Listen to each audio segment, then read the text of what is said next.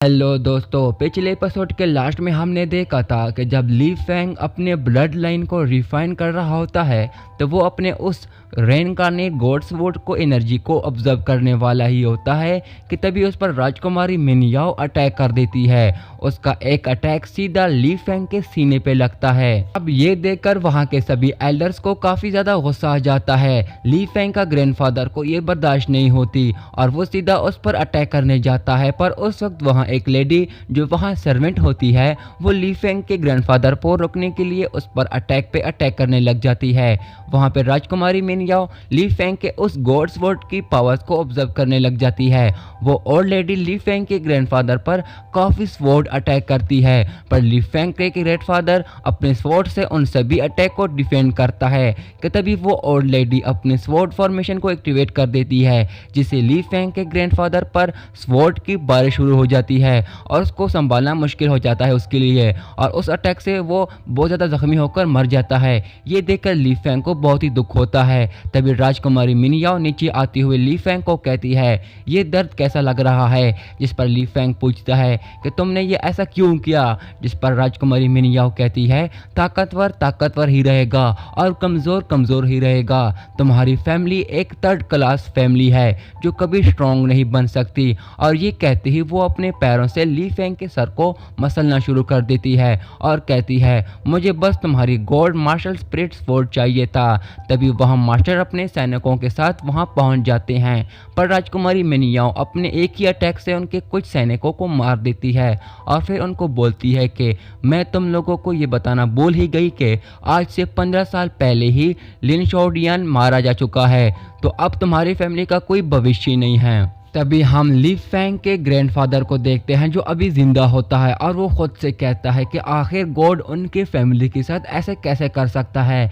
ली Fang भी ये खबर सुनकर पूरी तरह टूट चुका होता है। तभी मास्टर राजकुमारी की ये पावर देखकर काफ़ी डर जाता है और ख़ुद से कहता है कि यहाँ इस वक्त ऐसा कोई भी नहीं है जो राजकुमारी मिनयाओ का सामना कर सके। अगर हम इससे फाइट करते हैं तो हम में से यहाँ कोई भी जिंदा नहीं बच पाएगा, इसलिए वो उससे पंगा नहीं लेता। तभी राजकुमारी मिनयाओ वहां एक पोर्टल खोलती है और उस ओल्ड लेडी के साथ वहां से चली जाती है। तभी हम ली फैंग को देखते हैं। मिनयाओ ने उसके दिल पर अटैक किया था, इस वजह से ली फैंग ज्यादा देर टिक नहीं पाता और वो मर जाता है। तभी उसके गले पे वो लॉकेट चमकने लगता है और हम वही उसी जगह पे वापस दोबारा आ जाते हैं जहां एपिसोड के स्टार्टिंग में हम ली फैंग को देखा था।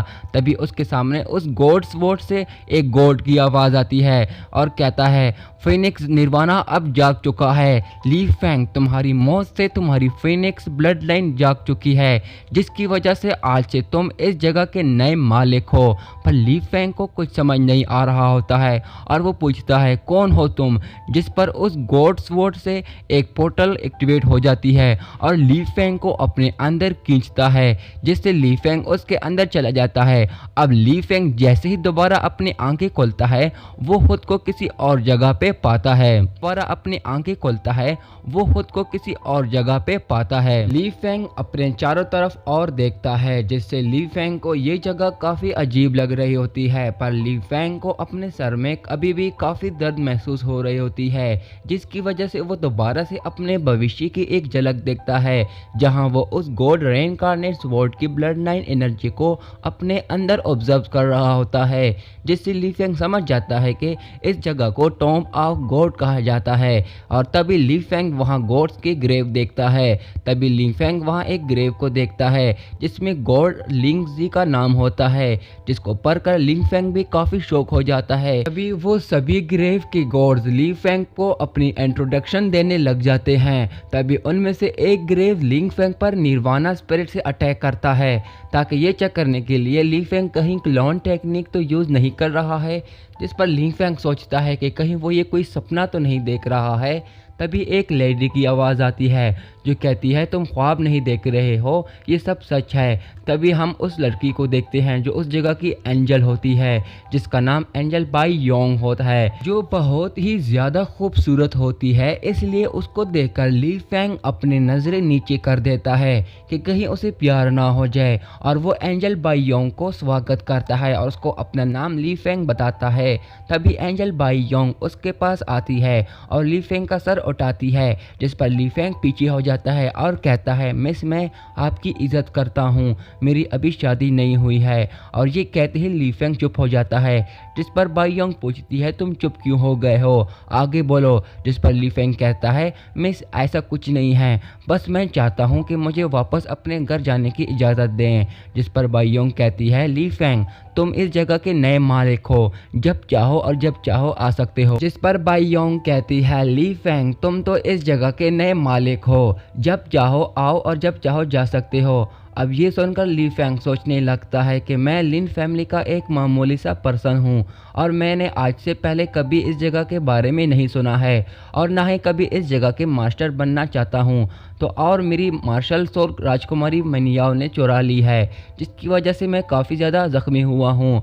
ये लिंग फेंग अपने दिल में सब सोच रहा होता है। जिस पर बाई योंग कहती है, मुझे तुम्हारी कहानी सुनकर बहुत ही बुरा लगा है। अब ये सुनकर ली फेंग समझ जाता है कि बाई योंग मन की बातें भी सुन सकती है। तभी बाई योंग कहती है कि तुमको इस सब के बारे में परेशान नहीं होने चाहिए, तुमको ये जानना है कि तुम इस वक्त गॉड्स के रिवयार्ड्स में हो। इस जगह में हज़ारों पुराने गॉड्स के ग्रेव मौजूद हैं। तभी वो ली फेंग के पास आकर उसको पकड़कर अपने साथ वहाँ एक जगह लेके जाती है, जहाँ वो ली फेंग को कहती है कि तुम उस जगह को देख रहे हो, वहाँ एक गॉड्स है, वो गॉड आगे जाकर तुम्हारे सर दर्द बन सकता है, मतलब तुम्हारे लिए मुश्किलात पैदा कर सकता है। जिस पर लिंग फेंग कहता है, मेरे इससे क्या लेना देना। जिस पर बाई योंग कहती है कि तुम्हारे अंदर फेनिक्स ब्लड लाइन है, जिस वजह से तुम इस टॉम के ऑनर हो। यहाँ जितने भी ग्रेव देख रहे हो तुम, ये सभी ग्रेव्स किसी न किसी गॉड्स के या डीमंस गॉड के हैं, जो अभी कुछ ही टाइम के बाद आज़ाद होने लगेंगे, जो आगे जाकर तुम्हारा जीना हराम कर देंगे, क्योंकि अब तुम इस जगह के ऑनर हो, इसलिए तुम्हें इन्हें सभी ग्रेव को एक एक करके तबाह करना होगा। तभी ली फेंग उस गॉड रिवयार्ड की तरफ नीचे जाता है। तभी बाई योंग उसके पास आकर उसको कहती है, इसलिए इन ग्रेव को तबाह कर दे, इससे पहले कि वो सभी गॉड्स या डीमंस के गॉड्स जिंदा ना हो। अब ये तुम पर है, तुम क्या चाहते हो। जिस पर ली फेंग कहता है, तुम लोग बहुत ही ताकतवर हो, क्या तुम हम जैसों को कीड़ी मकोड़ों की तरह समझते हो। जिस पर बाई योंग कहती है, इन सभी गॉड्स और डीमंस के गॉड्स के पास अपनी अपनी मार्शल आर्ट स्किल है। अब ये चीज़ तुम्हारे बड़े ही काम आएगी, क्योंकि अगर तुम इनके सभी ग्रेव को तबाह कर देते हो तो उन गॉड्स के मार्शल आर्ट स्किल को खुद के लिए यूज़ कर सकते हो, जिससे तुम बहुत ही पावरफुल बन जाओगे और तुम अपनी डेस्टिनी को चेंज कर सकते हो। ये सुनकर ली फेंग काफ़ी हैरान हो जाता है और पूछता है, क्या सच में मैं अपनी तकदीर खुद चेंज कर सकता हूँ। जिस पर बाई योंग कहती है, हाँ ये सच है, और मैं ये भी जानती हूँ कि तुम उस लड़की जिसका सर नेम जी है उससे काफ़ी नफरत करते हो, यानी राजकुमारी मिनयाओ से। ली फेंग थोड़ी देर पहले वो उसके बारे में सोच रहा था, इसलिए और वो काफ़ी गुस्सा हो जाता है और वो कहता है, तुम बिना इजाज़त के किसी के दिल की बातें नहीं सुन सकती हो। जिस पर बाई योंग ली फेंग के पास आके कहती है, यहाँ इंपॉर्टेंट ये है कि तुम अभी उस फायर फेनिक्स की ब्लड लाइन को रिफाइन कर लो और उसकी पावर को कंट्रोल में ले लो। तभी ली फेंग सोचता है कि काफ़ी लोग हज़ारों सालों तक गॉड्स के ग्रेव को ढूंढते रहते हैं ताकि उनकी पावर्स को ऑब्जर्व करके काफ़ी ताकतवर बन सके, पर आज तक कोई भी किसी भी गॉड्स के ग्रेव को ढूंढ नहीं पाया है। पर मेरे सामने आज बहुत सारे गॉड्स के ग्रेव हैं और उन सभी की पावर से ही मैं अपना बदला ले सकता हूँ। मेरे पास यही एक रास्ता है उनसे अपना बदला लेने का। तभी ली फेंग बाई योंग के सामने झुकता है और बाई योंग को सीनियर कहता है और फिर उससे मदद मांगने को कहता है। जिस पर बाई योंग कहती है, ली फेंग क्या तुम इन सभी गॉड्स ग्रेव को रिफाइन करने के लिए तैयार हो। इन सभी ग्रेव को रिफाइन करने के बाद तुमको इनसे गॉड्स की मार्शल आर्ट और उनका नॉलेज मिलेगी और इनकी ही मदद से तुम काफ़ी ताकतवर बन जाओगे। क्या तुम्हारे पास फेनिक्स ब्लड है? क्योंकि तुम्हारे पास फिनिक्स ब्लड लाइन है, इस वजह से तुम्हारे लिए ये काम और भी आसान हो जाएगा। जिस पर ली फैंग कहता है मैं इसके लिए तैयार हूँ, तो क्या हम इस रेनकार्नेशन रिफाइन अभी स्टार्ट कर सकते हैं? जिस पर बायोंग ली फैंग से कहती है नहीं, मैं तुमको इस रिफाइन के बारे में तभी बताऊंगी जब तुम मुझे इसके बदले कुछ खाने को दोगे। और ये कहती ही बायोंग ली फैंग के पॉकेट से एक पुतली निकालती है, जिसको देखकर ली फैंग कहता है मैंने ये अपनी बहन जेनीर के लिए बचा कर रखा था।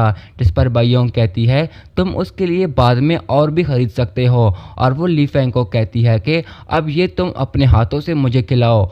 जिस पर ली फैंग वो खिलाता है, जिसको खाने के बाद बायोंग को बहुत ही मज़ेदार लगता है और उसको काफ़ी पसंद आता है। जिस पर बायोंग ली फैंग से पूछती है कि ये आखिर क्या है? जिस पर ली फैंग बताता है कि ये याओ टांग फ्लावर्स की सीड है। तभी फिर ली फैंग इन ग्रेव को रिफाइन के लिए बैठ जाता है और यहीं पे हमारा ये वाला एपिसोड खत्म हो जाता है। तो दोस्तों ये वीडियो कैसी लगी? अगर अच्छी लगी तो लाइक कीजिएगा और चैनल को सब्सक्राइब कीजिएगा।